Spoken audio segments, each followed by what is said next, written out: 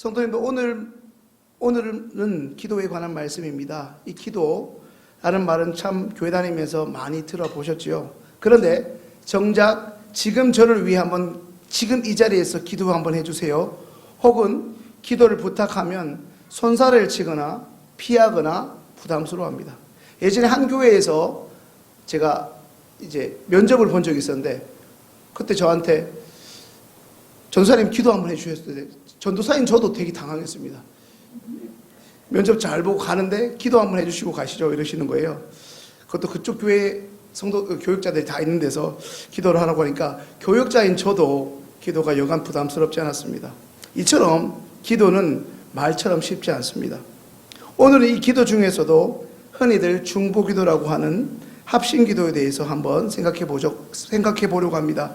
이 땅에서 하나님 나라를 살아가는 우리 그리스도인에게는 보이지 않는 전쟁이 존재합니다.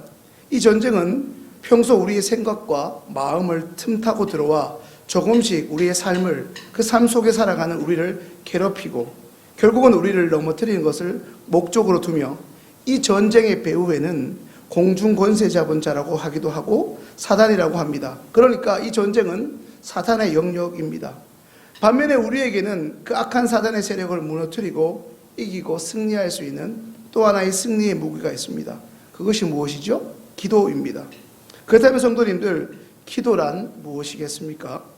먼저 기도는 쉽게 말하면 잘 아시는 대로 하나님과의 대화이고 우리 영혼이 하나님과 호흡하는 것입니다. 우리 육체가 숨을 쉬면서 하루하루 1분 1초 생명을 이어가듯이 우리의 영혼 또한 이 기도를 통하여 하루하루 생명을 이어갑니다. 성도님들께서 알게 모르게 매일 그리고 매 순간마다 우리는 기도하고 있다는 것입니다.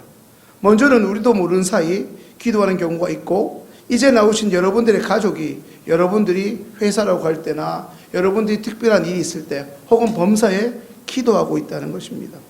이 자리에 나오신 여러분들의 가족이 여러분들 위해서 이름을 불러가며 기도하는 경우가 그렇고, 성경에서 너무나 유명한 로마서 8장의 말씀처럼 이 시간에도 성령 하나님께서 이 기도의 자리에 나온 우리들 위해, 아니 이 자리에 나오게 하신 성령께서 우리를 위해서 간구하고 계신다는 것입니다. 이처럼 직접적이든 간접적이든 우리는 매 순간 기도하고 있거나 누군가의 기도의 영향을 받고 있습니다. 오늘은 그 기도의 대상과 범위와 영역을 우리 개인에게서 좀 더 확대해 보겠습니다. 그것을 중보기도라고 합니다. 우리 시흥교회에서는 매주 수요 예배와 주일 예배 때 그 시간 현장과 온라인을 통해 예배 드리는 그날 기도 순서를 맡은 한 분이 그 시간 동시간 회중들을 대표해서 중보기도를 하고 있습니다. 그렇다면 성도님들, 중보기도란 무엇일까요? 중보란 말은 영어로 intercession이라고 하며, 이것은 하나님과 어떤 특정 대상 사이에 서 있는 것을 말합니다. 하나님과 특정 대상 사이에서 그 사람을 위해, 그 사람이 처해 있는 어떤 문제적 상황을 위해 하나님께서 개입해 주실 것을 호소하면서 간절히 기도하는 것을 말합니다. 이처럼 중보기도는 우리에게 있어 너무나 중요합니다. 중보기도가 중요한 이유는 오늘 우리가 읽은 본문에서도 잘 나타나고 있듯이 하나님의 놀라운 역사가 거기에 나타나기 때문입니다. 때로는 중보기도가 잘 나타나 보이지 않는 것 같아 보이지만 반드시 그 결과가 우리의 원하는 때가 아니라 하나님의 때에 나타나기 때문에 결코 이 자리에 나온 우리는 그 중보기도를 가볍게 여겨서는 안 될 것입니다. 오히려 이 중보기도를 하나님이 저와 여러분에게 주신 너무나 소중한 특권으로 여기고 잘 사용할 수 있어야 합니다. 오늘 이 기도를 통해 삶의 현장에서 놀라운 기적과 변화들을 경험하는 저와 여러분들 되시기를 소망하고, 이제 오늘 본문으로 들어가겠습니다. 오늘 우리가 읽었던 출애굽기 17장 본문은 아말렉이라는 부족과 이스라엘이 르비딤이라는 곳에서 전쟁을 치르는 장면으로 시작합니다. 오늘 본문에서 흥미로운 것은 실제 전쟁터에서 전쟁을 벌이고 있는 장수는 여호수아인데, 여호수아 못지않게 혼신의 땀을 흘리며 최선을 다해 전쟁을 벌이고 있는 사람들이 있었습니다. 그들은 모세를 리더로 한 아론과 훌이었습니다. 전쟁은 당연히 전쟁터에서 실전을 벌이고 있는 군인들의 전투력과 그들이 갖고 있는 무기가 영향력을 미치는 것이 상식일 텐데 오늘 본문은 전혀 그런 언급이 없습니다. 이제 오늘 본문 11절을 함께 읽겠습니다. 여호수아가 모세의 말대로 행하여 아말렉과 싸우고 모세와 아론과 훌은 산 꼭대기에 올라가서, 오늘 저만 읽는 거 아니죠? 오늘 중보기도인데 11절에 보면 오히려 모세가 손을 들면 이스라엘이 이기고 모세가 손을 내리면 아말렉이 이기더니라고 기록하고 있습니다. 이 본문만 살펴보면 약간 혼동이 있을 것 같습니다. 분명 칼 들고 적 들고 싸우고 있는 사람은 여호수아인데 마치 모세가 그 전장에 있는 것 같습니다. 왜 모세가 싸우고 있는 것처럼 성경은 이야기하고 있을까요? 사무엘상 17장 47절 말씀 함께 읽도록 하겠습니다. 함께 읽습니다. 또 여호수아의 구원하심이 칼과 창에 있지 않음을 이 무리에게 알게 하리라. 전쟁은 여호와께 속한 것인즉 그가 너희를 우리 손에 넘기시리라. 아멘.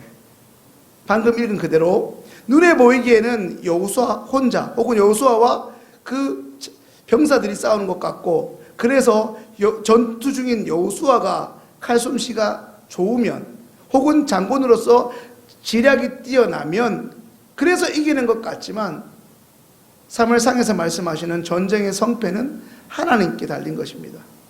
잘 알고 계시는 것처럼 세계 최강이라고 하는 미국이 역사상 이기지 못한 전쟁이 하나 있다고 하죠. 그것은 잘 아시는 대로 베트살이 아니고 베트콩이라고 하는 나라와 싸운 전쟁입니다. 압도적인 우위의 무기와 군사력을 가진 이 미국이 게릴라전으로 치고 빠지는 베트콩을 이기지 못했습니다.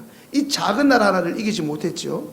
성경에서도 기드온이라는 사람이 이끄는 300명의 오합지졸의 군사들, 그것도 비무장한 군인들이 무장한 수십만의 대적을 이겼다고 성경은 가감없이 기록하고 있지 않습니까?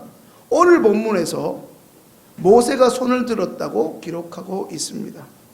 하나님의 종 모세가 손을 들었다는 것은 무엇을 의미할까요? 잘 아시는 것처럼 하나님을 향해서, 이스라엘 민족을 향해서 직접 싸우고 있는 이스라엘 민족을 향해서, 특별히 여호수아를 위해서 전쟁하고 있다는 것입니다. 하나님의 종 모세가 중보했다는 것이죠. 여호수아를 위해 여호수아가 이끄는 군대가 하나님의 능력으로 적들을 이길 수 있도록 하나님께서 도우시고 개입하여 주시기를 기도했다는 것입니다. 그렇게 모세와 아론과 훌이 기도했더니 실전에서 여호수아가 전쟁에서 이겼다는 것입니다. 하지만 결과적으로 승리했지만 결코 어려움이 그들에게 없었던 것은 아니었습니다. 하나님의 사람 모세도 지금 이 자리에 있는 우리와 같은 성정을 지닌 사람인지라 그 무더운 중동의 그 대학볕이 내릴 때는 그곳에서 반나절 이상 계속되는 전쟁에 계속해서 들어 올렸던 자신의 팔이 어느 순간부터 너무나 무겁게 느껴졌고 어느 순간 팔에 통증을 느끼게 되었던 것입니다. 그 순간 전쟁의 승리가 모세 팔이 내려오는 순간 적군인 아말렉으로 넘어갔습니다. 그때 모세와 함께 산 꼭대기에서 올라갔던 모세의 친형인 아론과 그 아론의 아들인 훌이 모세의 팔이 피곤하지 않게 돌을 가지고 와서 모세의 기도의 손이 내려오지 않도록 도왔습니다. 여러분 생각해 보십시오. 단순히 아론과 훌이 눈에 보이는 돌만 옮겼겠습니까? 당연히 그들도 여호수아가 이길 수 있도록, 또한 기도하는 모세가 기도의 사역을 계속해서 이어갈 수 있도록 기도하지 않았겠습니까?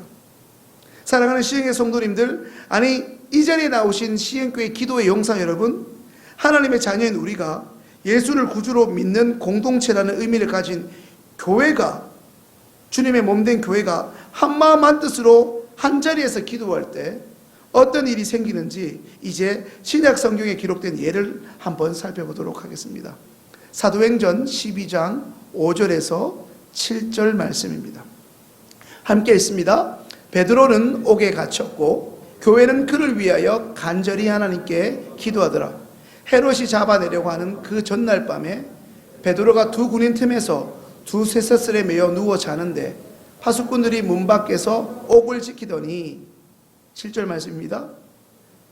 호련히 주의 사자가 나타나며 옥중에 광채가 빛나며 또 베드로의 옆구리를 쳐 깨워 이르되 급히 일어나라 하니 쇠사슬이 그 손에서 벗어지더라.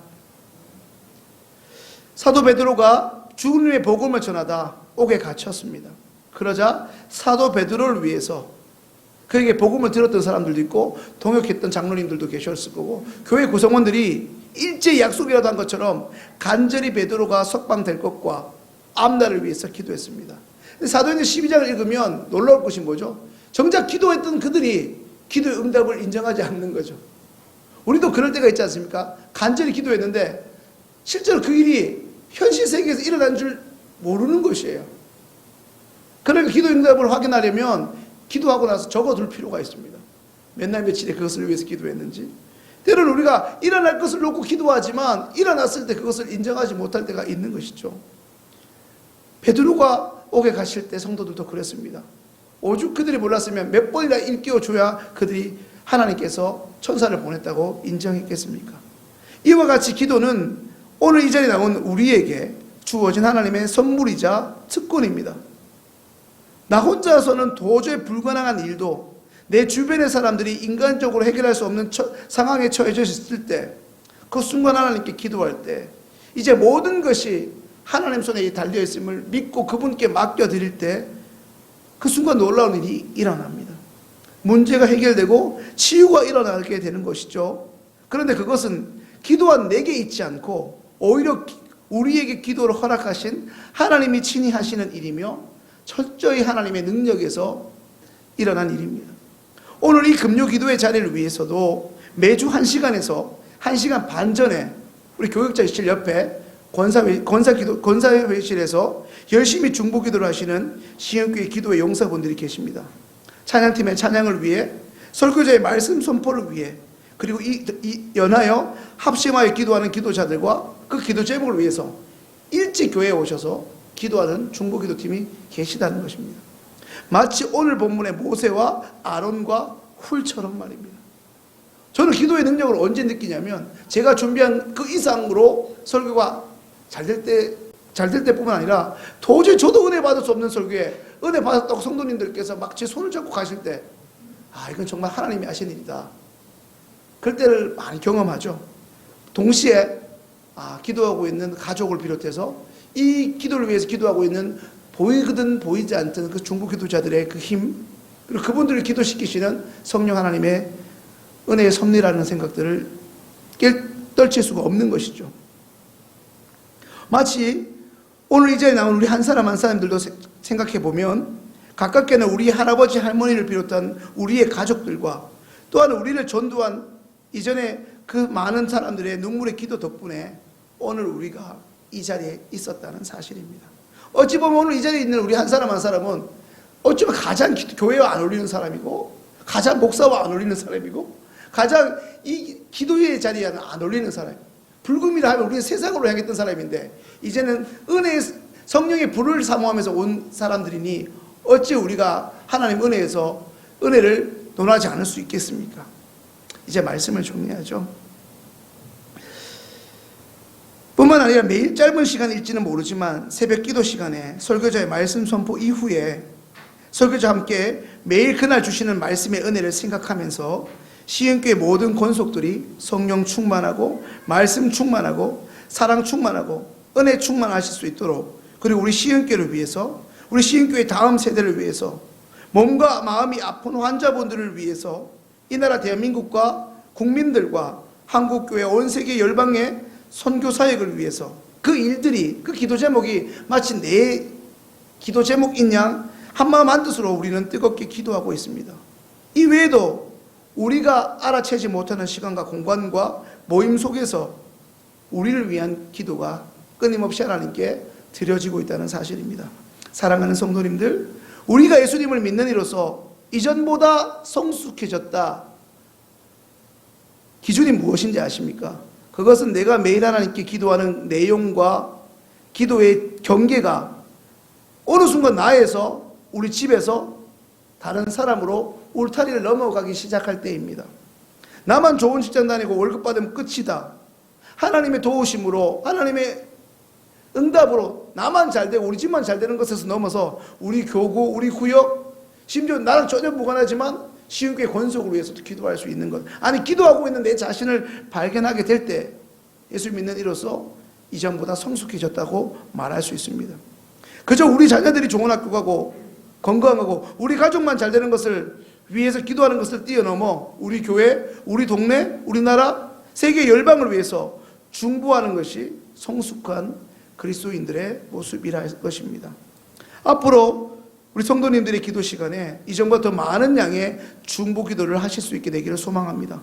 먼저는 우리 시흥교회를 위해서, 그리고 우리가 마음껏 기도하는 이 시간에도 자유 없이 고통과 억압당하고 있는 특정 나라의 시민들과 내전 중인 부족들을 위해서, 가족 없이 떠돌이 생활을 하는 사람들을 위해서, 이 시간에도 복음을 전하고 있는 선교사님들을 위해서, 이주 노동자와 최근에 수재를 당한 우리 이웃들을 위해서, 그리고 지금 한반도 땅에 또 태풍이 상륙한다고 우리가 불안해하고 있는데 최소한의 피해를 입고 지나갈 수 있도록, 그리고 몇 달째 월급을 받지 못해 너무나 생활이 곤고한 이들을 위해서, 여러분이 듣고 계시고 알고 있는 어려움에 처한 사람들을 위해서 이제라도 중보 기도를 할 수 있게 되기를 바랍니다.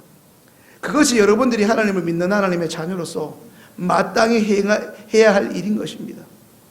전쟁터에 있는 여호수아가 전쟁에서 승리할 수 있도록 산꼭대기에서는 모세와 아론과 훌이 자신이 실전의 전투를 치르고 있는 것처럼 기도했을 때 어떤 일이 벌어졌습니까? 이제 13절을 함께 읽습니다. 여호수아가 칼날로 아나멜렉과 그 백성을 쳐서 무찌르니라. 그렇습니다. 한 자리에서 함께 한 마음으로 기도한 결과는 승리였습니다. 이제 우리는 몇 가지 기도 제목을 놓고 함께 기도할 것입니다.